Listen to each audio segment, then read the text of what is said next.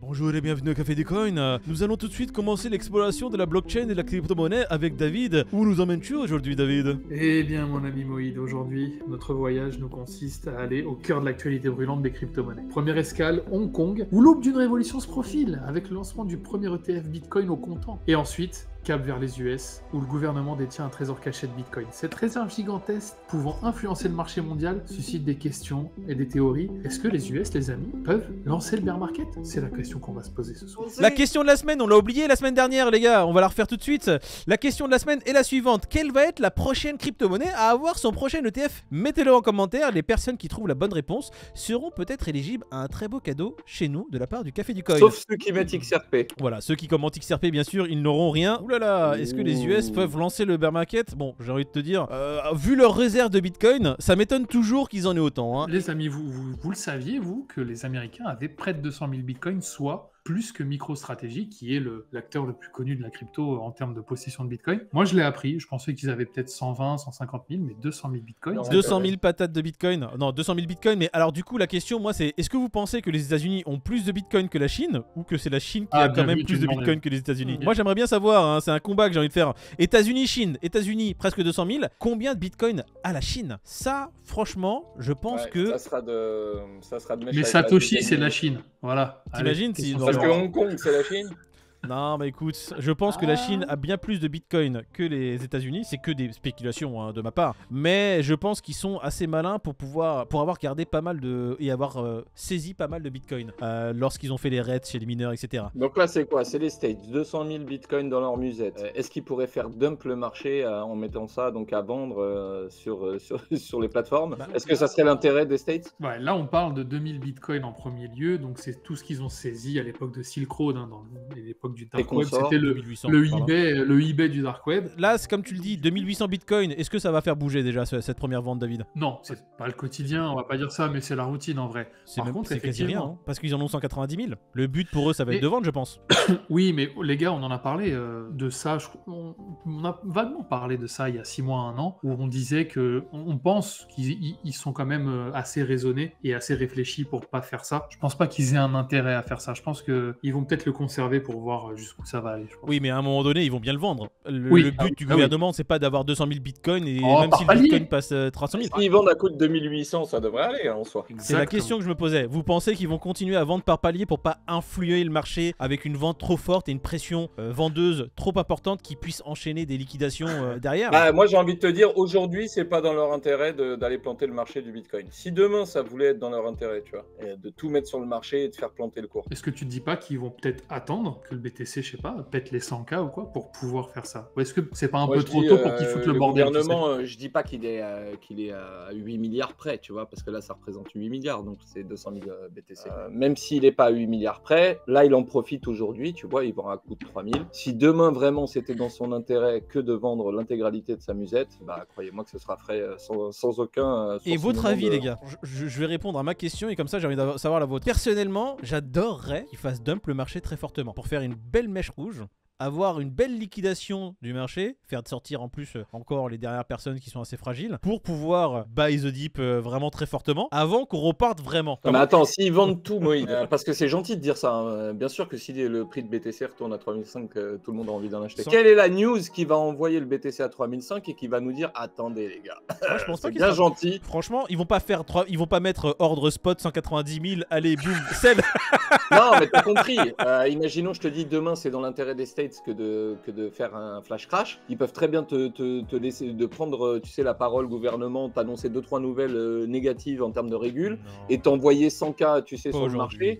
Et là, ça t'envoie une putain de décharge, tu vois, comme jamais. Je suis pas d'accord. Le marché est devenu assez mature pour que des FUD gouvernementaux, comme la Chine le faisait à l'époque, pour dire oh, on va mettre un terme au minage de Bitcoin chez nous, ou non, le Bitcoin interdit, pas de Bitcoin. C'est vrai qu'en 2020, ces news-là avaient encore un impact qui était assez fort. En 2017 encore plus, mais aujourd'hui, pour moi, ces news n'ont plus le même impact Ouais. du tout. Ouais, mais ouais, t'as eu des news assez ouf et le cours n'a même pas bougé d'un cheveu. Donc ouais, effectivement, le marché est beaucoup plus résilient qu'avant. Non, mais il peut toujours y avoir des surprises, on le sait. Est-ce que là, c'est un scénario y avoir catastrophe une surprise. que je vous écris? Je vous dis pas que demain, c'est dans l'intérêt de qui que ce soit ou de quoi que ce soit, mais aujourd'hui, je vous dis, si demain, il venait y avoir un effluvé massif ou quoi, ça pourrait quand même faire trembler des genoux certains. Regarde, Hong Kong va mettre les ETF en place, etc.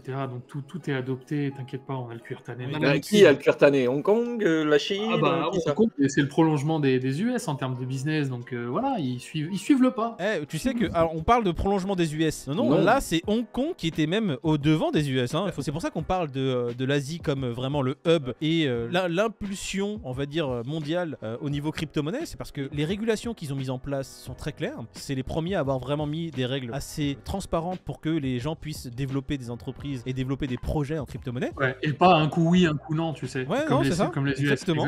Ouais, mais Et- attendez, Hong Kong qui vient à. Donc, c'est quoi? C'est un des grands gestionnaires de Hong Kong, Harvest, qui est pas l'équivalent de BlackRock, mais en tous les cas, qui joue dans la même cour, on va dire, un poil en dessous. Donc, c'est eux qui ont déposé une demande de TF Bitcoin à Hong Kong. C'est ça. Ça n'a pas été validé, on est d'accord. Pas encore, Ouais. mais Il y a une date d'échéance, je crois au 10 février, on est en stand-by. Bon, partant du principe que c'est validé, parce que bon, ça a été validé aux States, là, t'as vu, Bitcoin, machin, ETF, tout le monde se régale. Demain, c'est validé à Hong Kong.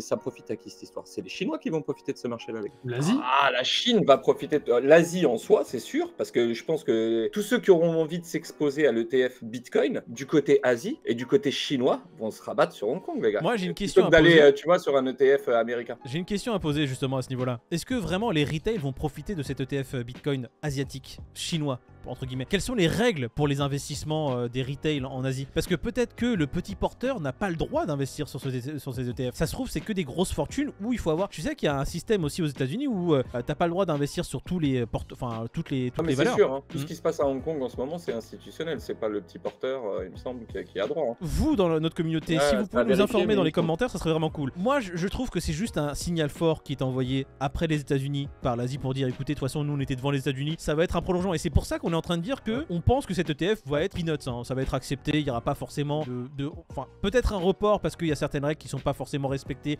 dans leur demande initiale, mais un peu comme les États-Unis, à un moment donné, ça sera dans la normalité de voir un ETF Bitcoin, même en Asie. Même plusieurs. Ouais, il hein, y a parce 10 que... demandes hein, qui sont en C'est cours ça. déjà. Il y a Oui, plus de oui, demandes oui, qui oui. sont en cours. Bon, la plus grosse, là, c'est celui qui a plus de 210 milliards sous gestion, donc c'est quelque chose. Moi, je trouve que ça sera Ça va. un vent frais déjà sur le Bitcoin, parce que ça va rapporter de la liquidité, tout simplement. Ça va amener des flux de capitaux. L'Asie va pouvoir en bénéficier, et la Chine par la force des choses. Moi, je pense que c'est tu vois, l'hégémonie des USA, on en parlait tout à l'heure, qui a le plus de Bitcoin entre les USA et la Chine? Mhm. Bah, la Chine, entre le minage, un ETF asiatique là qui se fait. Moi, je te dis que c'est pas si mal là. Et puis va savoir du coup, tu vois, entre les deux, il y a le Moyen-Orient. Donc vers où pencherait le Moyen-Orient, tu vois?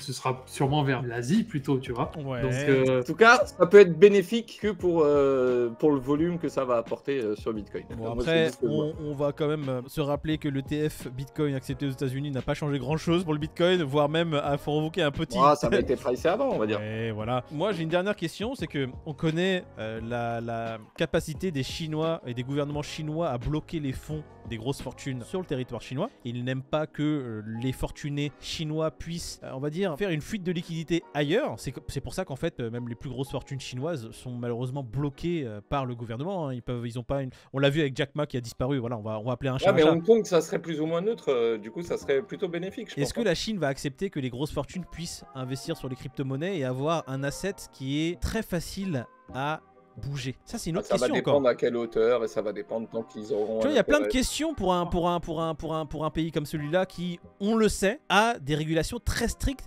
Surtout tu au penses niveau que le monétaire. switch, il Si est c'est juste trop pour niquer rapide. les US, c'est possible.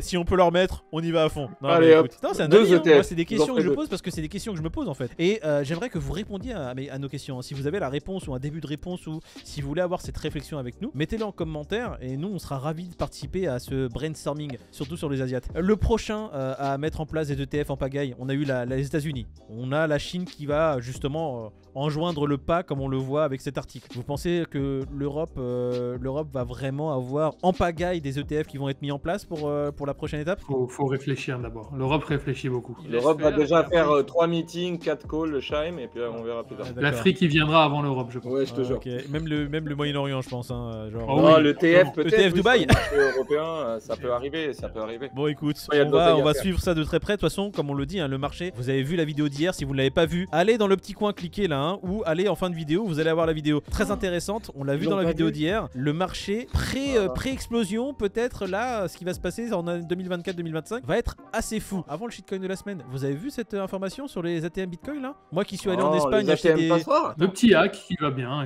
écoute. Mais ça a été vite rectifié quand même, ça va. Ah, c'est pas le premier, hein. J'ai été Oui. en Espagne, moi, justement utilisé pendant cette période de hack pour me prendre un petit bitcoin, enfin un petit bitcoin, bon, du bitcoin. Ouais, l'autre, il a acheté des croissants. J'ai été m'acheter un petit bitcoin Tout à fait. avec mon jus d'orange le matin. avec un petit supplément pépite de chocolat. Non, mais c'est assez fou. Comment ils ont réussi à siphonner du bitcoin avec les ATM, les gars? Avec Ouais, une faille. un Ouais, voilà. c'est C'est ça. toujours pareil, hein, mais c'est le risque aussi, parce que c'est bien pratique ces petites machines là, c'est bien pratique. Mais regarde les distributeurs de Fiat, hein, ils se font pirater pareil, hein, les amis. Hein. C'est vrai. Les Fiat, elles disparaissent. Donc Bitcoin, tu te doutes bien qu'il y a un engouement pareil, ça représente tout de suite de l'argent. Je vois bien un braquage à la voiture bélier sur un. Bam, dans l'ATM, ouais. Ah, ouais, t'imagines. Le mec, il a pas compris. Il part avec 4 barrettes de RAM. Bon bah écoute, Électron. après ces news en folie et ce petit hack, parce que bon ça faisait longtemps, on va commencer directement avec le shitcoin de la semaine. Un nouvel indice pour les viewers, David? Ouais, un Un nouvel indice, indice. on va revenir aux bases. La On courbe, va revenir aux hein, bases. Ballon rond, serbe. Je vais dire Chelsea, je vais dire Benfica, je vais dire AS Roma, je vais dire Manchester, je vais dire Rennes. Et là, les amis, je vais dire Olympique Lyonnais. Dernièrement, là, ça s'est fait il y a quelques jours. Là, je peux pas dire plus. Bon, on va dire plus sur nos réseaux sociaux. Le Twitter de Pete qui est là, le Twitter de David qui est là, mon Twitter qui est là. On va poster chacun de nous un indice. Et franchement, vous trouvez à qui appartient cette courbe? C'est un token, un coin, on le sait pas encore. Mais moi je ne le sais pas. Mettez-le en commentaire et vous participerez à un tirage au sort pour gagner de cette crypto. Et en plus des airdrops, il y a le Café du Coin qui donne de la crypto régulièrement. C'est les airdrops qui ont pompé sur nous. Incroyable. ouais. Le tirage au sort aura lieu jeudi 21h sur Twitch. N'oubliez pas notre Twitch. Twitch gratuit, hein. Vous vous connectez, vous êtes là à participer avec nous. Et on donne de la crypto sans condition. On n'a pas de partenariat. Vous n'êtes pas de nos vaches à lait. On n'a rien à vous vendre. On vous donne Grave. parce que c'est nous. On a trop. Surtout David, il a vraiment trop.